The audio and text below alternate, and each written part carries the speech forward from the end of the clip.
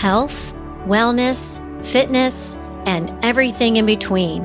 We're removing the taboo from what really matters in midlife. I'm your host, Michelle Folan, and this is Asking for a Friend. Today, we're thrilled to welcome Elwin Robinson, founder of Genetic Insights.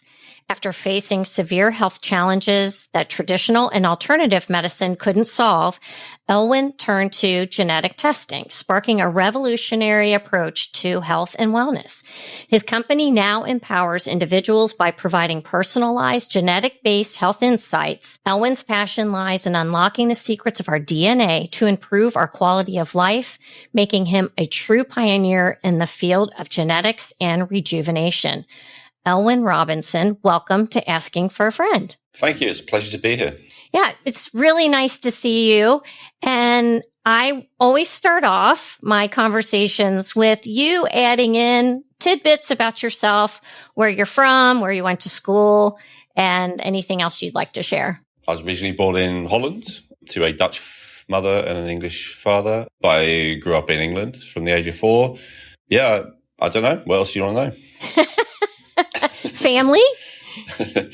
Yes. Both my parents were very unhealthy, and both my parents were into alternative health, so that really sparked my interest in it. My mother had cancer several times and tumors several more times, and she went like the conventional route, but also the alternative route. So our house was filled of supplements and our house is almost like a library. It's just full of books, all kinds of books and alternative health stuff.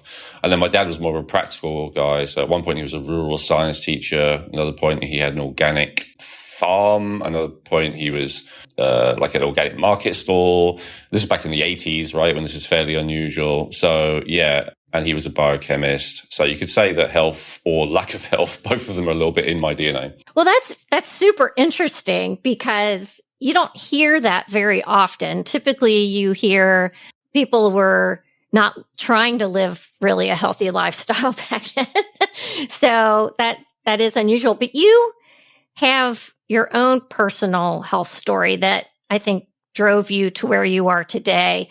What was it that was going on with you that propelled you into action? Well, like I said, I've always thought that I didn't have very healthy genes because both my parents were very unhealthy. My mother died fairly young of cancer, and my dad, he had, ME, and he was permanently retired as a teacher because of it.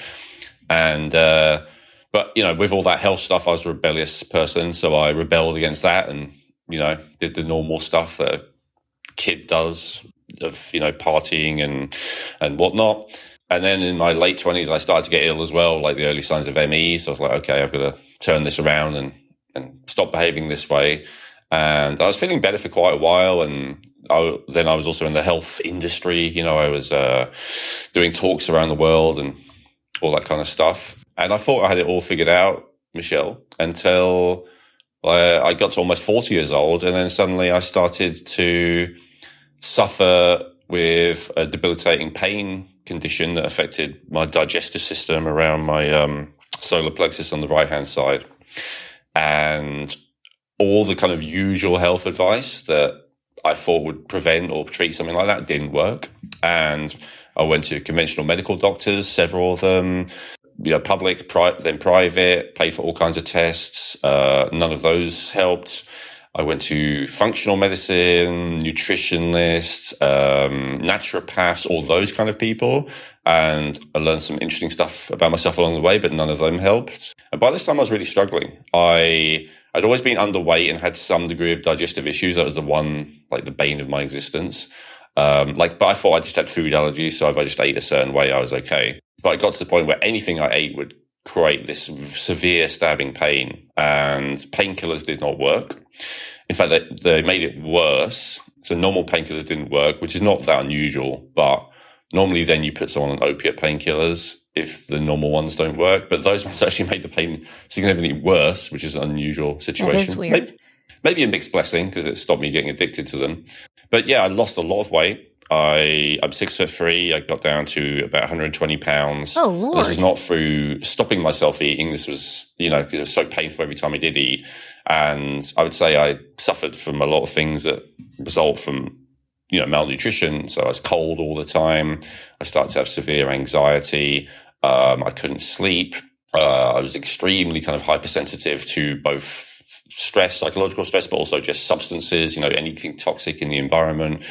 I was reacting to, and I was in a bit of a sorry state. And so I couldn't work much. So I tried everything. I went into a lot of other avenues. I thought, okay, well, maybe it's more of a structural issue because it is, around the rib cage. And so I went to see people like physical therapists, chiropractors, craniosacral therapists, osteopaths, all those kind of people. And again, I learned lots of interesting stuff, but nothing actually helped. And then I started thinking, maybe this is all in my head, especially when, repeatedly doctors would look at me as if they thought it was all in my head. No one actually said that. So I was like, okay. So I started to learn about, the placebo effect and the nocebo effect. And I started to see a normal therapist. And I started to, do meditation every day and all of that kind of stuff. And again, all of that was probably very beneficial, but none of it actually worked for this issue. In fact, a lot of the time it made it worse. And I'd paid for a lot of testing by then, both with different practitioners and on my own. And I just stumbled across this thing that said, have you ever done a genetic test before? You can take your raw DNA, your results from that, and upload it to this system, and it will give you all kinds of insights about your health based on your genetics. And I was like, I'm going to try it. So I tried it, and it was a revelation. It gave me, unfortunately, it didn't immediately tell me what was wrong in my case, but it gave me the clues that I needed to finally work out what was going on and actually to resolve it. So what were the clues? What did you pick up from this testing? Yeah, a few things. So first of all, I didn't know because it's in that area and they haven't been able to find anything, but it's like, is it the intestines? Is it the liver? Is it the gallbladder? Is it none of those things? Is it the ribs? So like helping me narrow down. And it said I have a very high genetic risk, top 99th percentile for something called cholestasis. And so cholestasis is where the bile doesn't flow properly. It becomes too thick and it gets stuck. And bile is a very highly toxic substance, and it can be very corrosive if a lot of toxicity builds up in it. And so that was like a clue that might be where the pain was localized. And I'd had a couple of people say it looks like the gallbladder before, but I'd had so many opinions I didn't know, what was what. And I also had a top 1% genetic risk for cholecystitis, which is an infection of the gallbladder. But now when they tested me, they didn't find that. But I was like, okay, it seems to be gallbladder-ish, gallbladder related. And then there were various things that also did predispose me to that, like genetic increased need for choline. Choline is one of the nutrients that your body should make itself, but you need sufficient amounts in order to keep the bile flowing. And then, so that was one element of it. And so I eventually, through that, discovered that I had, like, the actual diagnosis of what I had is called sphincter of Oddi dysfunction. And it's basically this bile duct, it goes into spasm, and the mainstream medical community doesn't know why it happens, but they know it happens, and it's agonizingly painful.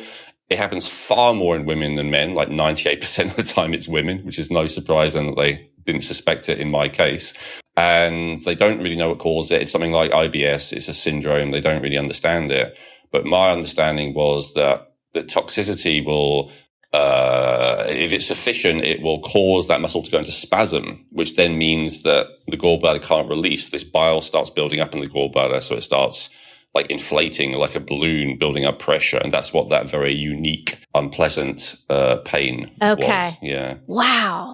That's super interesting. I want to back up real quick because I made a little note here. Mm-hmm. You said that your dad had ME. Mm-hmm. What does that stand for? Chronic fatigue syndrome is the more common. Okay. Chronic fatigue. Okay. So I just wanted to ask that just in case someone says, what was he talking about? So with this new knowledge that you could do this DNA testing, how did you jump into this? Because you've made a career out of this now. Yes. Well, like I kind of skimmed over before, I already had, I had a supplement store for a long time at this point, like selling herbs actually mainly for quite a while, and nutrients and stuff like that. And I was totally in it. This is what I'm saying. Like I hadn't really emphasized this, but I was living a healthier lifestyle than 99% of people before this happened. I never drank alcohol. I never smoked. I never took drugs. I never had sugar. I never had fast food. And when I say never, I mean never. I was always, I exercised every day. I did breathing practice. I did regular yoga. Like I was really living this healthy lifestyle. And I took herbs. I took supplements. I did cleanses regularly. I did fasting. All of that stuff you're supposed to do in the kind of what I call mainstream alternative health world. Right. That's supposed to keep you healthy, Yeah.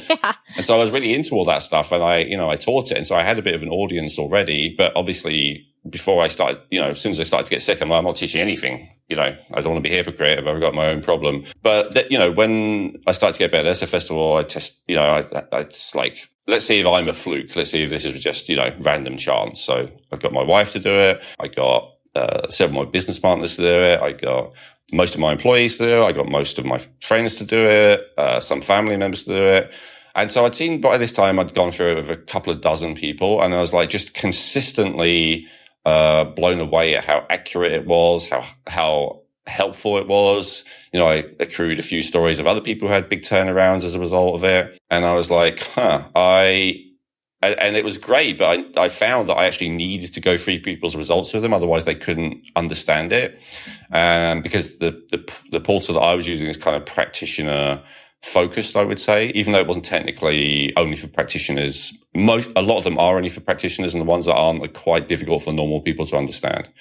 So I approached them and I said, would I be able to work with you guys, license it, and so it would be the same results, the same accuracy and all the rest, but it will be simpler for people to go. It's still not super simple, as you've seen, but it is simpler for the average person to go through and understand for themselves. And this was the other distinction, make it cheaper. So I wanted to democratize it so anyone, at least, with a Western world income, could afford it. And so there's an absurd overcharging, honestly, in this industry. I was just talking about it a couple of days ago with a couple of medical doctors. Sometimes they pay hundreds of dollars for one gene or one SNP, one marker. And I said to them, look, in our system, we have 200 million SNPs that we analyze, and we can give you results on. We provide so much information, but as I said, it was still fairly expensive. So I wanted it available. So, with our system, geneticinsights.co, especially with, I usually give out a discount code when I go on podcasts like this, you can get access to everything for under $150. So it's a vast amount of information, as you can see. Yeah. Sometimes it may be too much. But if you know how to go through it, which hopefully I'll do a little bit of in this interview, it's a vast amount of information categorized in a way that, is manageable to go through it. And it's extremely affordable. And that was really my goal, that everyone would be able to use it. So for what types of health issues do you think most people are trying to find answers for? Do you have a sense? Yeah, good question. It's going to be chronic, not acute, right? If someone starts to feel that stabbing pain like I had, the first port of call should not be genetic results. It should be going to a medical doctor. It's only where practitioners have failed you, or maybe you're now managing it and you're treating it, but you want to see if there are some underlying causes you can find and address and stuff like that. So I'd say all the chronic issues. I would especially say, in my experience, the chronic issues that most practitioners are not interested in discovering the root causes for. That's my real mission that was born during that time, is to, and genetics is really only a part of it, is to help people identify and resolve the root causes of chronic disease. And in fact, they are all there, and identify 7 areas that you need to look at. And so if someone comes to me and they don't have a specific problem there, but they just want to look through their genetics, then that's often what I'll do. I'll just look at the 7 potential root causes of all chronic disease, and let's have a look and see what we can do about those. So this is where you can get almost like a personalized risk score. Is that what that is? You can get many, many, many, many personalized risk scores in our system. Yeah. So some of them are more general, there's one just for detoxification, there's one just for heart health, or there's one just for blood sugar balance, or there's just one just for hormones. But then within that, there'll also be one report on every hormone, and one report on all the kind of common permutations of blood sugars, hypoglycemia or insulin resistance or metabolic syndrome, whatever. So many, many different risk scores, yes, depending on what you're interested in. And then are there wellness strategies associated with those too? Yes. Okay. So when I go through them with people, I often don't spend too much time looking at this, because people generally want a meta zoomed out perspective of what to focus on and stuff. But what, people have access to is a membership portal, and then you can kind of just skim through and see, oh, I have a higher risk of this or a lower risk of this. And that can be enough for a practitioner itself to say, okay, I could do further testing on this because there's a higher risk of this, for instance. But for an end user, a client, a patient, whatever, what I strongly recommend is when you find an area that you're either concerned about or maybe that you already have, is to actually download the report and read it. And the first part of the report is just always the same. It's just a general introduction to make sure people understand it. And also if you forward it to someone else, they know what they're looking at. Then it gives you the score, but that's only like 1 or 2 pages. But then the majority of the report, which is all the rest of it, is recommendations. And the recommendations are based on your genetics. And you'll see there's like almost every sentence in there has scientific citations. So this is something that you can forward to, a medical professional, and they may still not. Some of them only are into their own thing, right? I've seen too many doctors who don't care about the opinion of other doctors, let alone genetic reports. But if it's a reasonably open-minded doctor, and there are plenty of them, this is not pseudoscience, right? They can look at it and they go, oh, okay, so, this is what it's based on. Here are the scientific citations. So anyway, for the recommendations, yeah, sometimes there's only a few. Sometimes there's loads. We limit it to 20 just so people don't feel overwhelmed. But it will say, in the lifestyle, dietary, and supplement recommendations of things that can make a difference based on the person's genetics. Elwin, we're going to take a quick break and we'll be right back. Yes, it is 2025, and I think I'm just about recovered from the crazy holiday festivities. I also have a wonderful coaching group up and going. Every year seems to put people on the starting line of a weight loss journey. We've all been there. What if when you begin 2026, you aren't feeling compelled to start over or recommit to last year's resolutions? Can we adopt a truly healthy lifestyle that is not only effective, but sustainable? If you are open to pushing aside the quick fix mentality for slow, steady, and long term, would you be interested?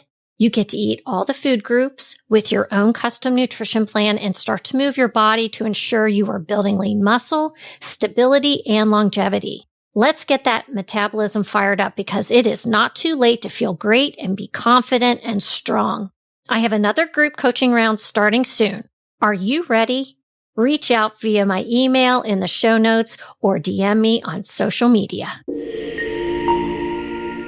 Welcome back to the show, everyone.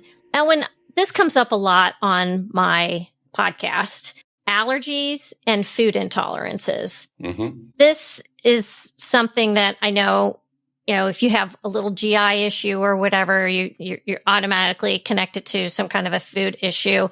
How accurate are these tests in pinpointing the culprit for those types of things? The genetic tests? Mm-hmm. Well, vary, but sometimes in a surprising way. So I'll give myself as an example. So remember I said, I always had digestive issues and I always had food allergies. There were all these foods that I reacted to. Well, I was very surprised when I looked at my genetic results that it said that I didn't have any allergies or intolerances other than, I think, gluten. That was the only one. And I was like, But at the time, remember I told you a few years ago, I was reacting to almost every food. It would give me stabbing pain. So I thought, well, that sounds like not accurate. But then I actually did an IgG and IgE test for myself and also for my wife. And the results came back and it was hilarious. She can pretty much eat anything without having any major issues. And her test said she had all these really strong food allergies, 100 out of 100 and loads of categories of food. Me, I didn't get anything more than 10 out of 100 in any food. So I was like, And so it turned out in that case that it was correct.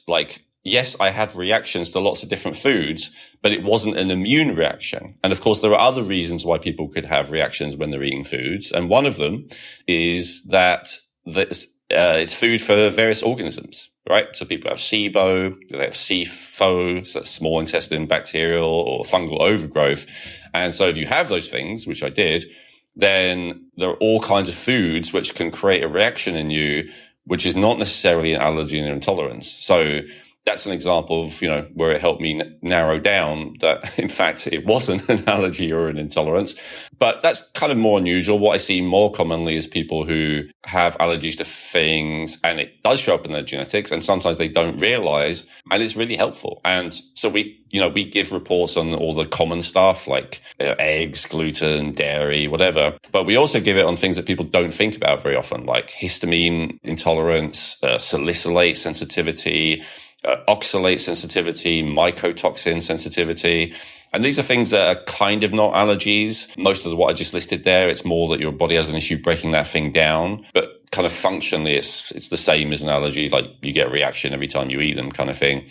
And yeah, that can be, often is very, very helpful information for people to know. And especially because often like salicylate is a common one.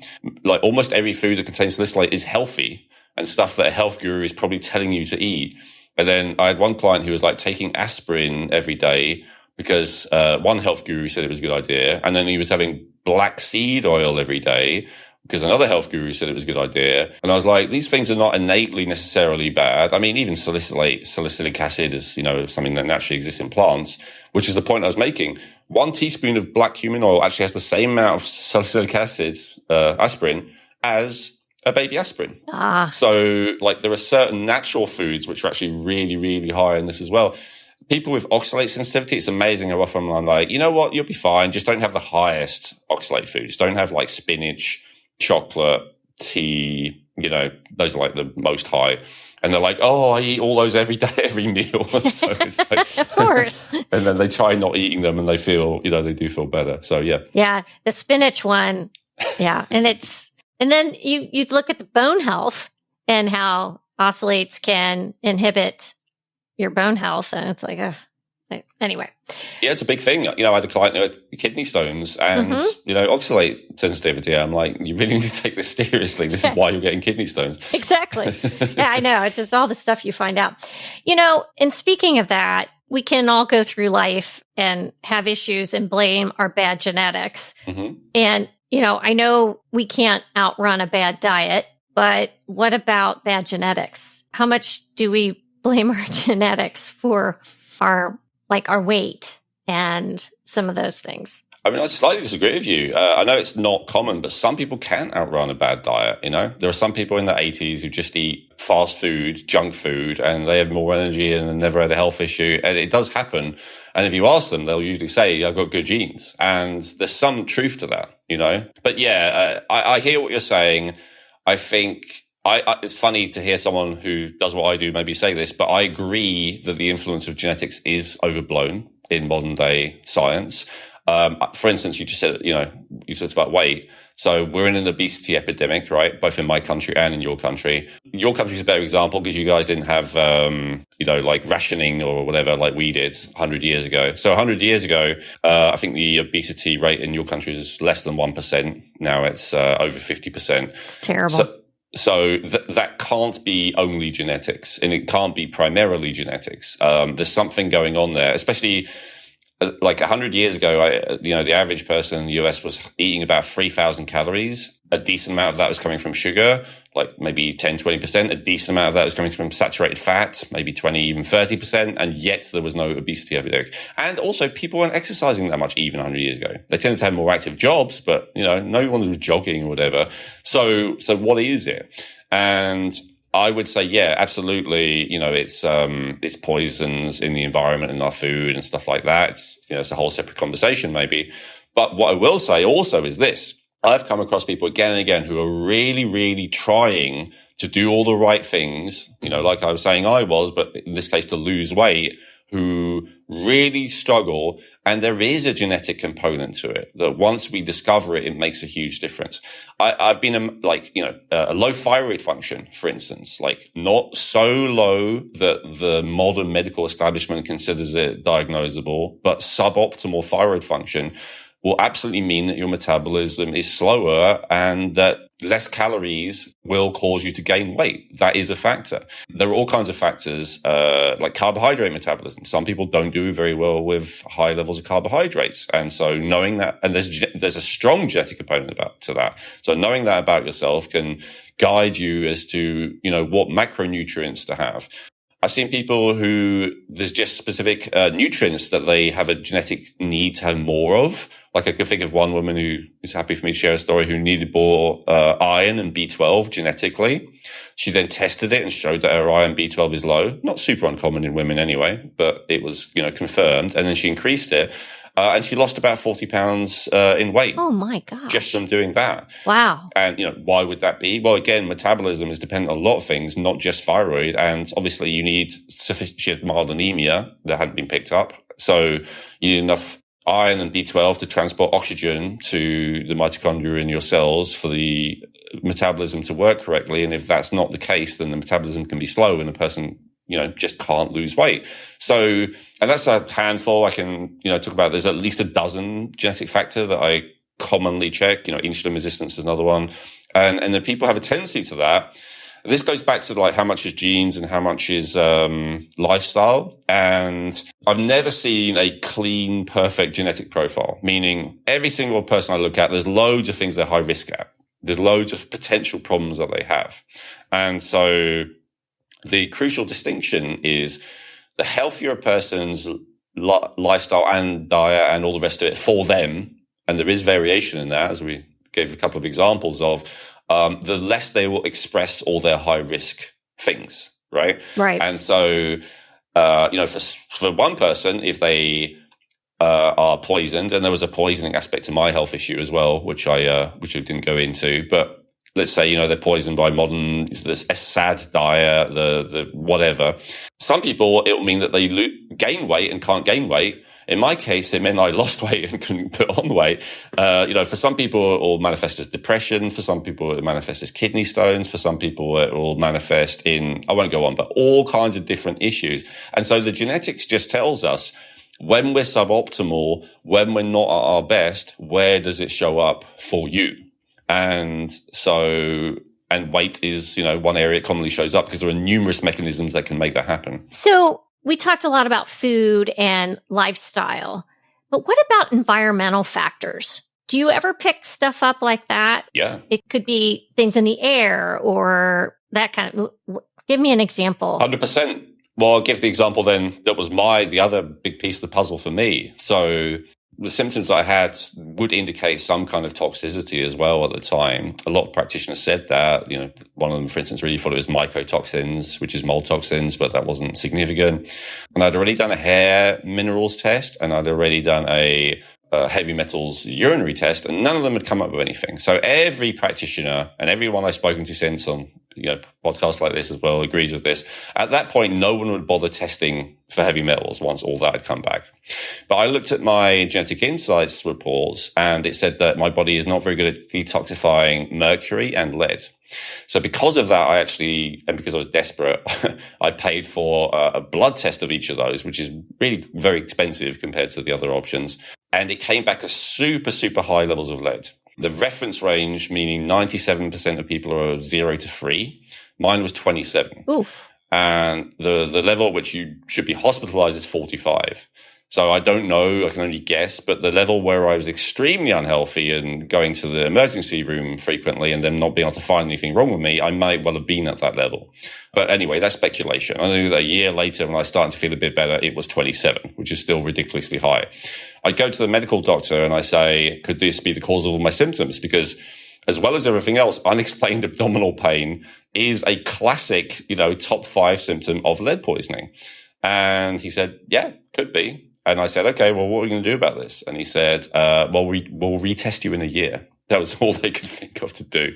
So that's, mainstream medicine. So yeah, that's an environmental toxin. We never got to the bottom of that. My wife, at the time had been together for over 10 years, drunk roughly the same water, eating the same food roughly, even used the same herbs and supplements, eating off the same plates, breathed in the same paint fumes, all the common things for lead. Correct.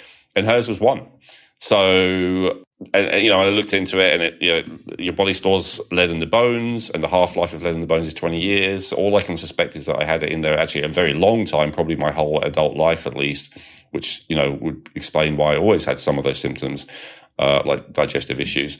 And that's something I never would have discovered without the genetics suggesting it.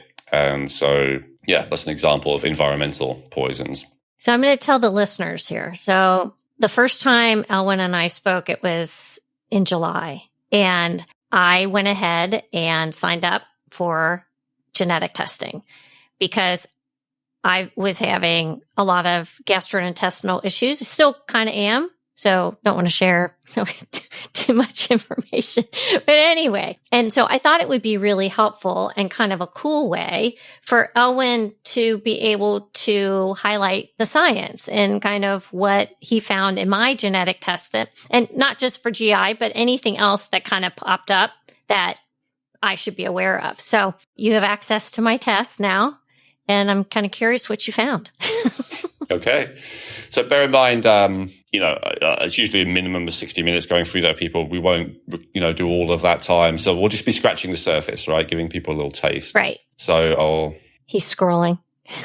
Yeah, just trying to share my screen. So we have a third screen now. So, so this is, what it looks like in a nutshell. What we're looking at right now is the allergies and intolerances section. As you asked about that, I just pulled that up. And so, if someone has gastrointestinal issues, that would be one of the things that I would check. I would see if there could be a, immune system reactivity component to it. And so, as I said, there'll always be some red, like higher risk things up here. And so you don't have a huge amount. Like we can see, I don't see a tendency for, gluten intolerance or any of those kind of things, but there are a few things here. The things that really jumps out at me is the high level of eosinophils. Is that something you've ever had tested, like in a white blood cell count blood test and had confirmed? Is that connected to eczema? Yeah, well, yes. Okay. Well, so normally if you do a full blood count, so red blood cell count and white blood cell count, it will be one of the standard markers that's on there. So if you ask your doctor, you probably had it before. So raised eosinophils are correlated with allergies. The other reason why they're raised is in response to parasites. So quite commonly when I see people with this, they have had a history of allergies in their life and often in their family. And just to kind of back that up, there's also a higher risk for allergies in general, a higher risk for food intolerances in general. And so, I would expect, that. And so I would encourage that person to do further testing. I'm a big fan of further testing. Sometimes I encourage people to make changes based on what's in here, but most of the time, just like I said with that example I just gave of the lead, I would want to actually confirm the testing before acting upon it. Okay. So I would do a test for eosinophils and I would do a test for IgE and see if this is actually something that's going on. And then, of course, the separate question, what do you actually do about it? You'll have some recommendations in there. Whatever practitioners you work with will, have their own recommendations. But that it gives you, like I said earlier, a clue, right? Something to focus on that may well be a significant factor in whatever it is you're experiencing. What is IgE? Immunoglobulin E. So there's IgG. Immunoglobulin G is the type that generally causes intolerances, which is where people have a reaction to things, but often it's kind of delayed and it's hard to work it out. IgE is the more immediate reaction. So that's where within a few minutes of breathing something in or eating something or whatever, at the most, you'll kind of feel it. And it tends to be a much stronger response. So what you have here is a tendency for allergies, not intolerances. According to this, there's a sensitivity to milk protein. Casein is the only other thing, but there's not a huge amount of them. Part of the thing, one of the things I look at is just to see how many you have as well. Like you have about 8 high risk factors here. When I see people who are just riddled with allergic issues, then usually they're more like 10 or 20. So I wouldn't, all things being equal, I wouldn't expect you to have a super strong issue, but it would be worth investigating and seeing if it's related to your digestive issues. Okay. The other thing is you seem to be familiar with oxalates.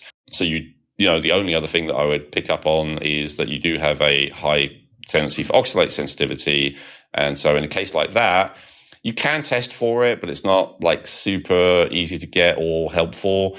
The easiest thing to me usually is just to try 2 to 3 weeks with 0 oxalates, see how you feel, then reintroduce a really high oxalate meal, see how you feel. Just the classic kind of stop and then reintroduce to see if you actually have an issue of oxalate. Because, of course, this is only a genetic tendency. It's not a certainty. Right. Okay. I wanted to just focus on some of the positive stuff as well, actually, before we go into the next like high risk thing. So I'm surprised. I shouldn't be surprised how often I see this in people who interview me for podcasts. Like, yeah, so he's pointing to verbal ability. yeah, higher. And you can see here where there's like a small section that's green and a much larger section that's grey. That means it's not 50-50. That doesn't mean you're either higher or normal or higher or lower. That means most people are just normal and then a few people are higher. And, you're in that category of a few people who are higher. So that's not a surprise and that's great. I'm just kind of skimming through. You talked about longevity. So I don't know if you've ever done a telomere length test, but if you have, it says you have a genetic tendency to have higher telomere length. So that's interesting. That's, one of the markers that is often assessed to gauge someone's longevity. Whenever I see this one, I mean, not just this factor, there's a few factors, but if I hadn't have met you yet, I would have, I just had one of these the other day as well. Some people have genetic factors where I do think to myself, I'd be very surprised if they're overweight. And you're one of those people who have those genetics, or at least, let's say significantly overweight. I guess most people are not perfectly happy with their body shape, but, you're the person, you have a genetics where I'd say, I'd be surprised if you're obese. And so again, I see that's very accurate for my anecdotal experience. And so again, I do think there is a genetic part of it where, and so one of the factors obviously that causes people to, and I'm not saying it's the only one, I absolutely believe that thyroid and insulin, all these things are relevant, but one of them is some people have a genetic tendency to overeat. And then it's harder to obviously not be overweight and you don't have that. Okay. I don't know if you'd say that's accurate, and then speaking of longevity, I don't usually focus on one gene at a time because there are so many and I prefer like the other reports that are more overviews, but I would just highlight this one. CERT1 is one that you often hear about in the longevity anti-aging community. And so you've actually got higher activity of that. So it's another indication of longevity. It says that was another one. You have a tendency to enjoy being more physically active. Is that accurate? That would be very accurate. Okay. I think my husband would call me a fart in a frying pan. I'm not sure what that means, but busy, right? Active. That's one of those American things that we say, but okay. So again, I'll be surprised if you're obese, right? Like you have those genetics as someone who, would be fit. I did see in there too that I'm less likely to have a shrimp allergy, which I'm glad to see too. Excellent. Yeah, a lot of these are really obscure, like things you might not have even heard of. So I was kind of skip through a lot of them. Sign of higher muscle mass. So again, that doesn't mean you're necessarily going to look like Arnold Schwarzenegger, but it just means that, a greater ratio of muscle to fat, which again would indicate, a slimmer person in the case of a woman. And this one's a really nice one, Michelle. And again, I don't see this actually that often with podcast hosts, but I can see it's a very good quality. And just in general, so high levels of oxytocin. So oxytocin is called the love hormone. But I would say it's really like the connection hormone. And it also allows the person to feel fulfilled. So a lot of people, especially people in the public world, they kind of have like a strong addictive tendency. And it's kind of comes from a feeling of emptiness inside themselves. And that correlates to low oxytocin. And it's saying you don't have that. In fact, you're the opposite. So rather than you being a black hole of need, even if it's subtly, unconsciously, you are the opposite. You are actually a giver. You make other people around them, other people around you feel, loved and appreciated and stuff like that. Oh, so that's nice. I like that, Elwin. You probably, I would guess, you're not a loner. You have a strong community around you of people. I do. Yeah. Yes. And that's quite unusual. I think I saw a statistic. The average amount of friends a person has is 0.8 or something, which means more than 50% or close friends rather, more than 50% of the population has no close friends. So again, there's all kinds of reasons for that, but oxytocin is one of them. So yeah. And there's so much data out there. You look at the blue zones and the importance of community and having good people around you. It's one of those things that I think we need to be more aware of. But 100%. And, you're a perfect person to teach that because you'll be able to embody it very well. I talk about it all the time. Okay. Yeah. There you go. Even the podcast, right? Yeah. The name of the podcast. Yeah. Absolutely. Absolutely. So you can see there's a genetic basis for that, which is nice, obviously. Yeah. On one hand, So there's always a double-edged sword. If there's a genetic basis for something, on one hand, it means it's something that is definitely there, you can take for granted. On the other hand, it does mean you kind of don't deserve credit for it. Yeah, I know, right? Just the way I'm made. And it goes both ways. It's the same with problems, right? If you have a problem, like say an allergy, and there isn't a genetic basis for it, the bad news you could say is, maybe it's not accurate, I don't know. But the good news is, well, it's curable. Because honestly, if you have an allergy and there is a genetic basis for it, it means that you can get the symptoms significantly better, but you're probably never going to be 100% allergy free because it's just built into you. Right. Whereas if you don't have any genetic basis for it, it is possible to have a full recovery. So there's kind of a double-edged sword in both cases. Yeah. Okay. I see that. So you said GI health. So I guess the natural next thing we can look at would be digestive health. And so for anyone who does sign up, I strongly recommend for you to do the way I'm doing it here most of the time, which is basically just to look at one category at a time, as opposed to try and look at the whole thing, because otherwise you're scrolling through hundreds of reports all in like a random order. So yeah, I'd strongly recommend looking at a category at a time. So first of all, even before I look at anything specific, I just kind of take it all in and just see how many high risk things there are here. And you have a fair few. So there is definitely a possibility that any of your GI issues could just be simply GI issues. What I mean by that is, for instance, some people come to me with gastrointestinal issues.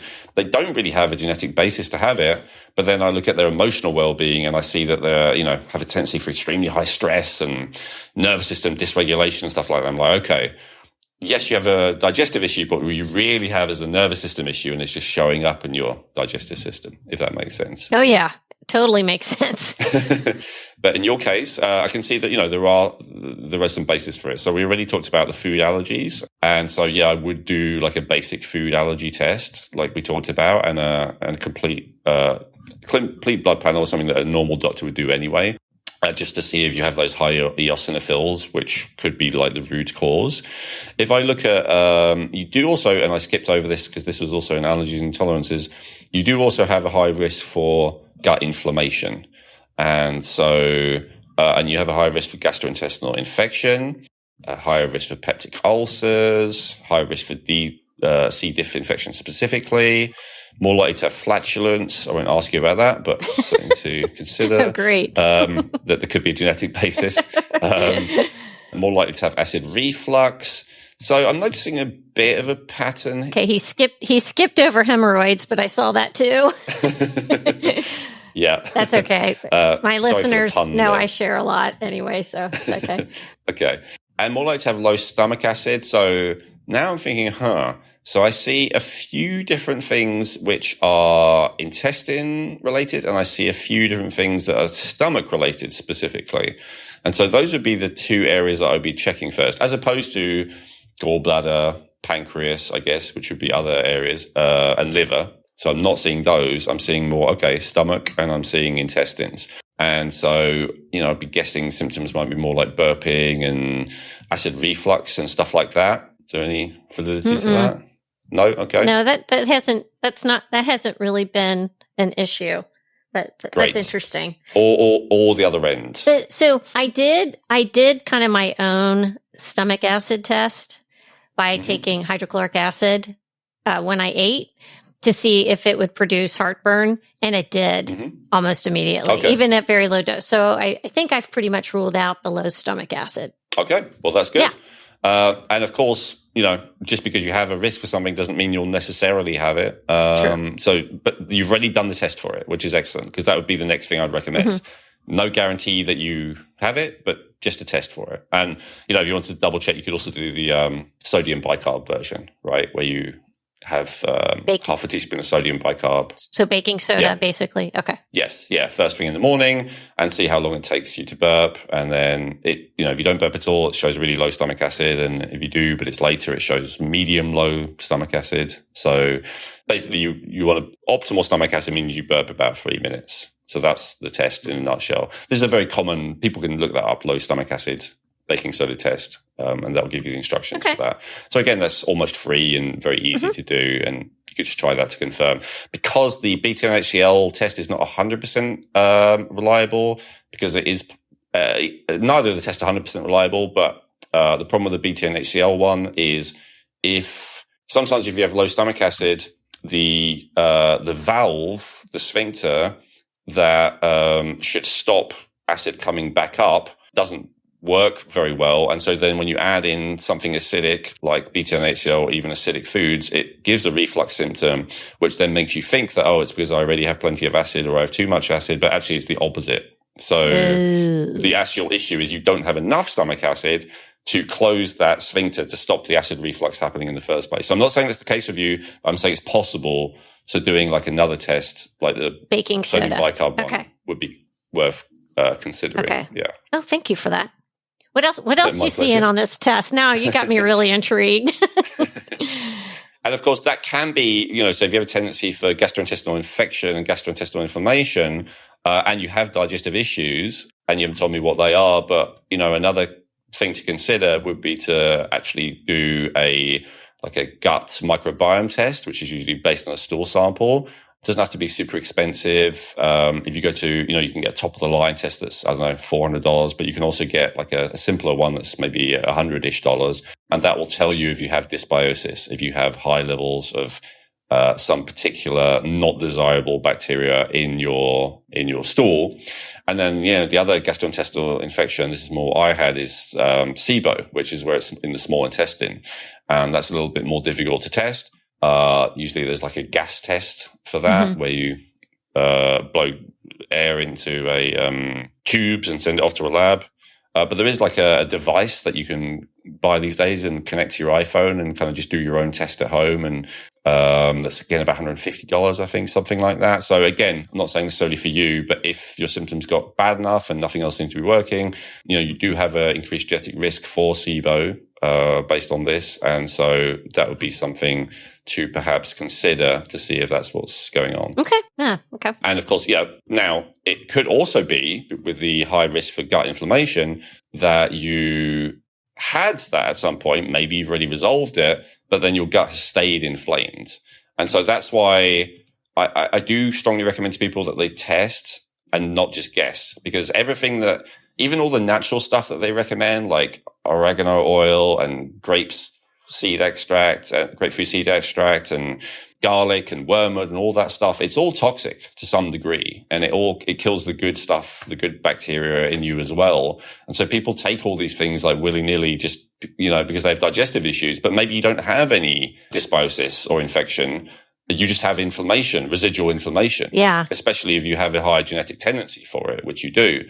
And so I think it's very important to actually test to see if you have these things, to know then which way to go with treatment. Because if you just have the inflammation, then you would go in a different direction, right? You might go with more prebiotic bacteria to feed the good guys. You might go with probiotics. You might go with things that soothe the digestive lining, like glutamine and DGL and slippery elm and all of that kind of stuff. And maybe CBD, maybe BPC 157. I mean, there's all kinds of things that you can do. So knowing which it is it an infectious thing or is it an immune system reaction thing, which is what inflammation is, or is it both? Yeah. In which case you have to deal with the infection thing first, is important. And just based on your genetics, and you probably already know everything I'm saying, but just based on your genetics, I would investigate both. Okay. Yeah, I did do a stool test back in the summertime to rule out C. diff and a couple things, but it all came up negative. So was that like one you did yourself or one that a medical doctor did? No, I went to a lab. Well, yeah, sorry, I didn't mean to I didn't do it myself. Did you go to like a normal mainstream doctor or did you go to like a functional doctor or someone who like... It was a mainstream doctor. Yeah, so the problem is they only check for a handful of things. I would not consider that to be ruling it out. It was only 3 things. Yeah, okay, even less than a handful then. So yeah, I would do your own test that actually tests a broad spectrum of different things that it could be, or ideally even go to maybe a functional medicine practitioner or something like that who can order like a broad test. Maybe something, in your case, I would say actually probably like a GI effects or a GI map would be the names of the tests, which do a really thorough kind of checking every factor, because, you do have, I'm just looking at this now, you have a fairly high risk for ish for IBD, but it's pretty rare. So odds on you probably don't have it, to be honest. I'd give it less than 5%. But just like getting like calprotectin done, which is the marker they usually use to assess if you have it, just to rule it out, to make sure that you don't have it, would be worth doing. Colonoscopies and stuff are highly invasive and potentially, you don't want to do it unless you absolutely have to. But you can do like a good quality comprehensive stool test, like a GI-FX or a GI map, that will tell you, do I have leaky gut? Do I have inflammatory bowel disease? Do I have malabsorption? Do I have this? Do I have that? Like, it really helps to narrow it down. Okay. Let's do a couple more. So, yeah. And then. Absolutely. So what other categories? So do you want to look at nutrients maybe? Yeah. Let's look at nutrient needs. That's right up my alley. Awesome. Okay. So first thing, you don't have a huge amount of them that you have a genetically higher need for. So that's good. It means you're less likely to develop those deficiencies over time. I often look at nutrient needs very early. It's right up my alley too, because I feel like, some of these building blocks they're so important. And when a person is low in them, it can create so many problems. And, I wish it had been the case in my case. It wasn't. But I have seen again and again people where just one vitamin, one mineral, and even surprisingly commonly, one amino acid, when they get it, their whole life transforms. It was just like, because you're only as strong as your weakest link, and every one of these nutrients is essential. And so if you're low in an essential nutrient, everything else suffers. And so I do think this is one of my favorite places to look. So increased need for chromium, I wouldn't pay too much attention to that one personally. But increased need for coenzyme Q10, that's interesting. Probably not an issue with a generally healthy person. But of course, if you were to take statins or something on the advice of your doctor, then I would test for coenzyme Q10 because they're depleted by things like statins anyway. And if you have low energy in general, then I would test for coenzyme Q10. Otherwise, you could take a supplement if you want, but it's kind of, not quite possibly not really needed. Iron I would pay attention to, especially as a woman. And like my co-host of my podcast, Chrissy, she has this tendency, and she's one of those people where no matter how much iron she takes or eats, her iron levels are always low. And I do see that in people with this genetic pattern. So is iron something that you've tested? Yeah, that is a general test that my doctor does. So we do a hematocrit and hemoglobin, and mine are always... Okay, yeah, hemoglobin, I guess, is the main one, but maybe ferritin as well, just to see how your reserves are. Yeah, ferritin test, yeah. Yeah, that would be worth doing just to, make sure that you aren't getting low in your reserves. That's, the possibility with this tendency. The other ones, increased need for copper, alanine, potassium. Honestly, just based on my experience, none of these are like super, pressing for most people. The only other one I would personally focus on would be potassium. And so this is really only a problem in people either with very restrictive diets or with severe gastrointestinal issues like frequent diarrhea, or people who are very sympathetically dominated in their nervous system. So meaning people who are always stressed. Because when you're always stressed, your body holds onto sodium and it excretes potassium.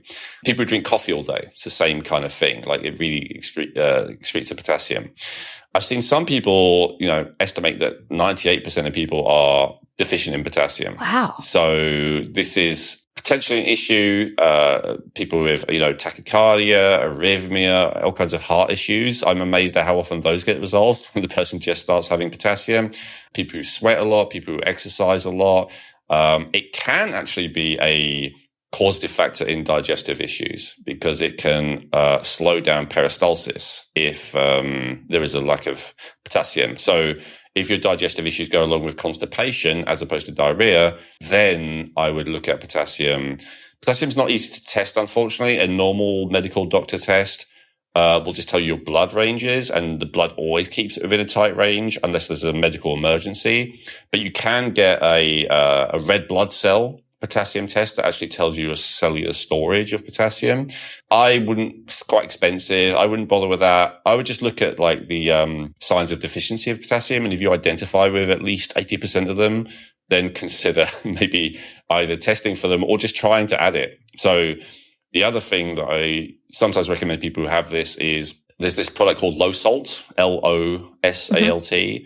And so normal salt is just sodium chloride. And then there's this stuff called low salt that you just have on your dinner table, which is 2/3 potassium chloride, 1/3 sodium chloride.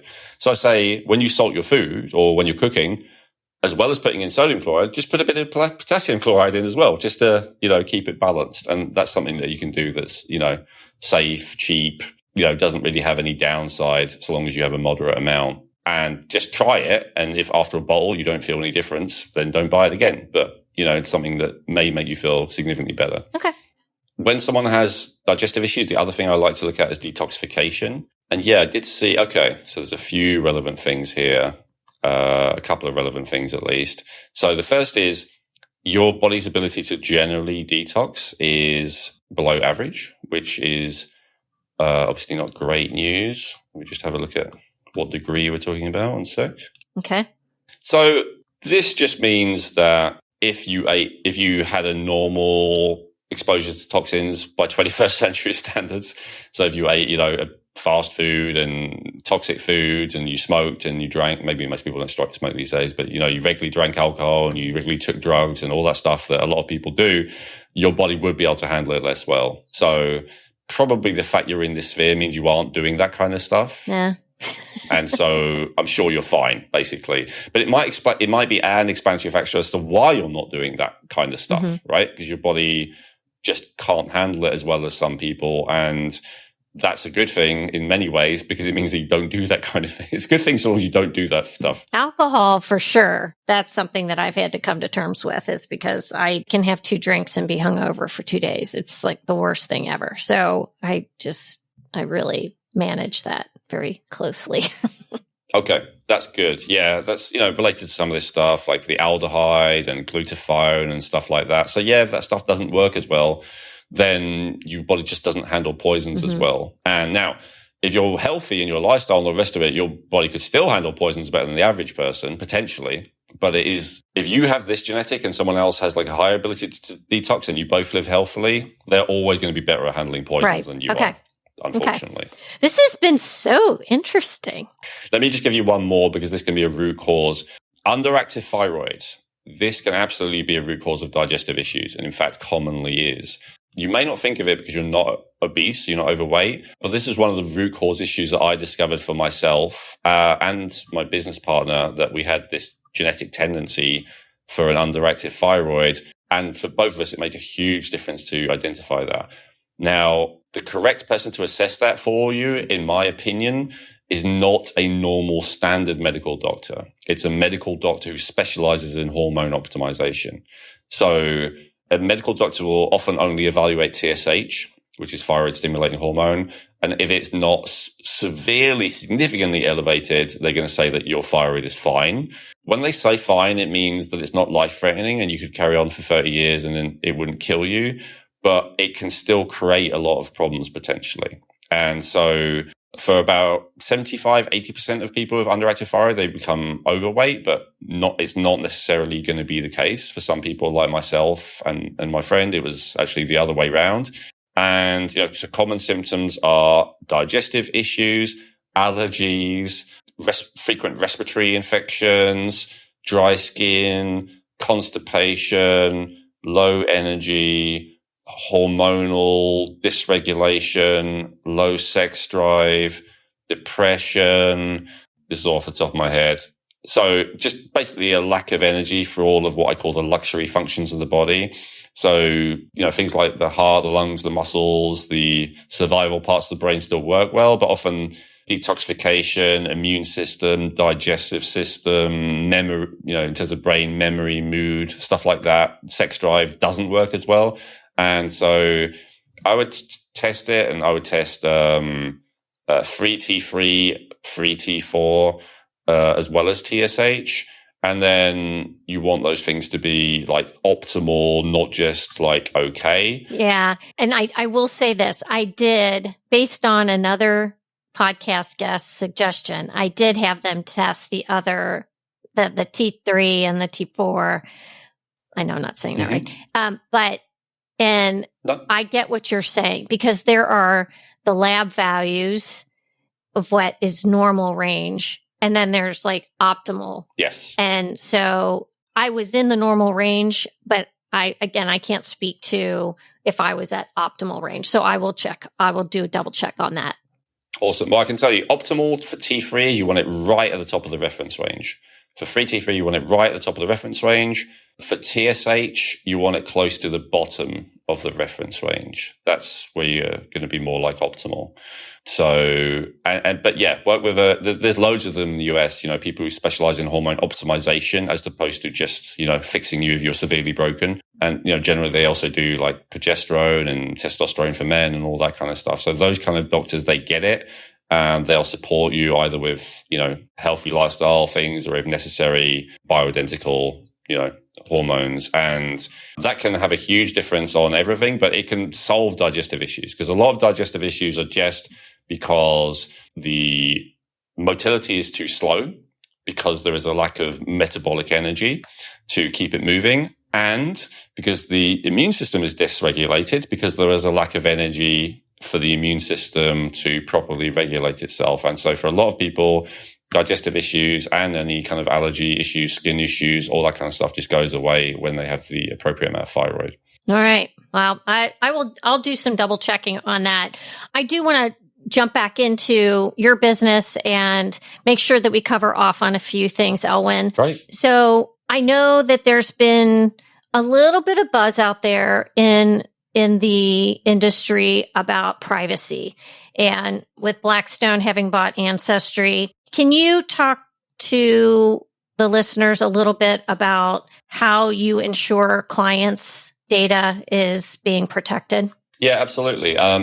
We do all the standard stuff, which is, your data is anonymized everywhere other than within our own system. So, for instance, if you need to send saliva off to a lab, then they don't know it's you. It's, just based on the barcode that you didn't register with our system. We do all the standard stuff that honestly probably everyone else does as far as I'm aware for security. But what I will say that we do that's unusual is, so with a lot of issues, like, I won't name them, but there was a hack a couple of years ago, which I think freaked a lot of people out, justifiably. It basically comes down to the big companies with large teams of people, a lot of whom they're paying minimum wage or close to it, who really don't care very much. And so with our company, we specifically make it so only myself and Jessica, who is the head of operations and also an owner of the company, have access to the back end. It's kind of a bit annoying because it means we can't hire a customer service person to answer any questions. We have to do it all ourselves. But we do it on purpose because we do not want any risk of any kind of data breach. Unfortunately, that's my understanding, including in the famous case where it happened. We guarantee we will never sell, any of your data. That's another thing. Ancestry.com made that decision. We're not the kind of company who, honestly, probably Blackstone would even look at. We're a small company and we're, going to stay that way. We're not looking to do, massive rapid growth or whatever. We're trying to reach a specific, I guess, niche of people. And we will never grow to the point where that changes, where we will have people who are not stakeholders in the company who genuinely care, who have access to the back end. Even if you have access to the back end, so like only Jessica and I do, as you experience for yourself, there's only two ways for me to be able to see your data.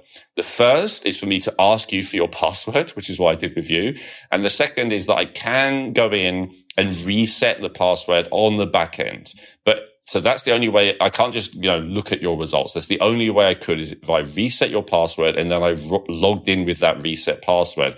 But if I do that, you'll be notified that someone has reset your password. So there is no way for me or Jessica or anyone else to see your results without you knowing about it. And as far as I know, we're the only company who have that system. It's a bit annoying because it means there's like those issues but we do it that way because we consider privacy to be, the top priority. Right. And then if you can also share how the process works. So how they order a DNA kit. Can you go through that real quick? Yeah. So if they go to geneticinsights.co, you see there's two options. It says, do you need a DNA kit? That's the crucial distinction. And so if you've ever done an ancestry service before, like we just said, ancestry.com or 23andMe or whatever, you probably don't. you can just contact those companies and say, please send me my raw DNA, and they will send it to you. Sometimes you can just log in and get it. Sometimes you got to ask. And then if you have that, all you got to do is you sign up with our system. You tell it a couple of basic information like your gender and your year of birth, and you upload your data, and you have access to all of that information like we just went through. And we only got to the tip of the iceberg. If you don't have that, if you've never done that before, the process is a little bit more complex, but the main thing is just a longer wait. So if you have your own DNA data, you can literally get your results within a few hours, which is what was so compelling to me. I told my story about when I first did it. If you don't, you need to also choose the option where you add the DNA kit. So what will happen then is it will get shipped to your door. You take depending on what country you're in, it's a cheek swab or a saliva in a tube. You send it back. You register it with us before you send it back. So again, it's sent off just with a barcode. There's not your name or anything like that on there. So the lab never sees anything about you. And then when your results are ready, which can take 4 to 8 weeks, I've actually seen it be quicker these days, but I can't guarantee it. So it's a bit of a wait. You get notified via email. Your results are ready. Then you can log in and see all the same stuff as we just showed you. Okay. Yeah. It actually, once I got the DNA results, it was really quick. So you guys, that was amazing. I was really impressed with that. You had a coupon code for the listeners for the service. Yes. Yeah, absolutely. So it's Friend25. Yeah. For everyone who listens to the podcast, 25% off. Yeah. So if anybody is interested, Elwin has graciously offered a coupon code. Use Friend25 at checkout at the website geneticsinsights.co, not .com. And you can get your genetic report, which to me is really fascinating. And this is kind of stuff that I really want to know because I want to be able to start honing in on some of the things that have kind of been bothering me. I do have a kind of a personal question for you. What is one of your pillars of self-care? What do you do for yourself every day? Oh, there's so many. At the moment, I do a guided hypnotherapy session every day. I do a lymphatic drainage. That's the first thing I do in the morning. I'll talk about that one. So I get up and for 3 minutes, I massage each of my lymph glands, and I do like another 3 minutes of shaking, and I get my lymph going, and I'm really enjoying that at the moment. Okay. We've not had that one. After how many shows I've done, we've not had anyone talk about lymphatic drainage. That's a good one. Okay. Thank you for that. And then you also have a podcast. Yes. It's called the Rejuvenate podcast. It's less of a guest. We occasionally have guests, but it's more of a topic-based podcast. So if you're interested in my take on weight loss, if you're interested in my take on allergies, or, all these things with digestion, all these things we discussed today, there's almost certainly an episode where I do like a deep dive on it. And the whole podcast is based on that 7-pillar system that I said earlier, identifying the 7 root causes. So for each issue, we'll look at, if you have allergies, we'll look at, okay, what nutritional deficiencies might be causing it? What genetic issues might be causing it? What hormonal imbalances might be causing it? We go through all 7 and we look at identifying and resolving the root causes of, whatever topic you're interested in. Perfect. And it's called the Rejuvenate podcast. And yeah, it's, if you look up my name, youtube.com/Elwin Robinson, I think rumble.com/Elwin Robinson, probably. And then we're on Apple and Spotify and all that stuff as well. All right. I'll put all that in the show notes. And then they can find you at geneticinsights.co. And Elwin Robinson, it was the longest podcast I've ever done, but it was so worth it. And I hope everybody got something out of this. And if you are having some issues or you just want to try to get some answers for some things that traditional medicine hasn't quite been able to pinpoint yet, this is a great place to start. And you can use the coupon code and give Genetic Insights a try. Thank you for being here, Elwin. Thank you so much. Hey, thanks for tuning in. Please rate and review the show where you listen to the podcast. And did you know that asking for a friend is available now to listen on YouTube? You can subscribe to the podcast there as well. Your support is appreciated and it helps others find the show. Thank you.